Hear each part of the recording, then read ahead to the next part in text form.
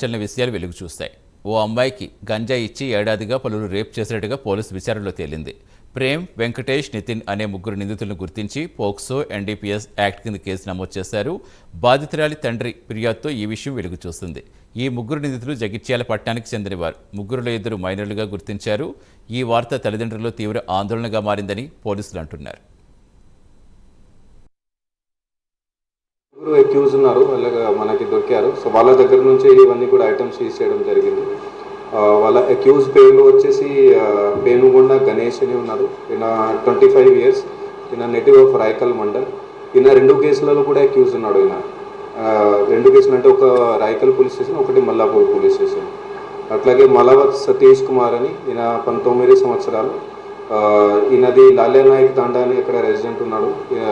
ఈయన కూడా Raikal police station కేసులో అక్యూజ్ ఉన్నాడు. అట్లాగే రావులకారి నితిన్ అని, ఈయన 21 సంవత్సరం. ఈయన native of Regunta village, Mallapur mandal.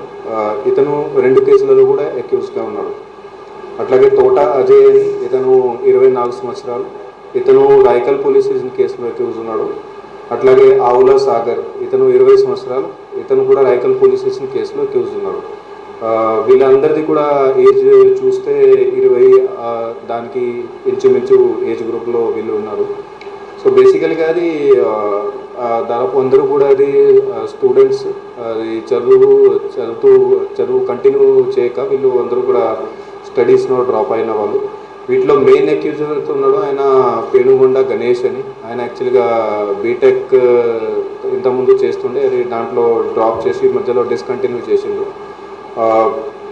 BTech అయినా డిస్కంటిన్యూ చేసినాక ఈయనకి మిగతా వాళ్ళతోటి ఇది ఫ్రెండ్షిప్ అయింది. మిగతా 4 ఎవరైతే ఉన్నారో సతీష్, నితిన్, అజయ్ అండ్ సాగర్, వీళ్ళందరితోటి ఫ్రెండ్షిప్ అయిపోయింది.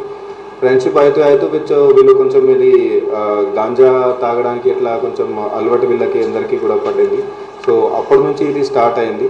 సతీష్ ఏదైతే ఉన్నాడో ఆయన కూడా అది స్టడీస్ డిస్కంటిన్యూ చేసిండు. కరీంనగర్లో చదువుతూ ఉంటే అక్కడ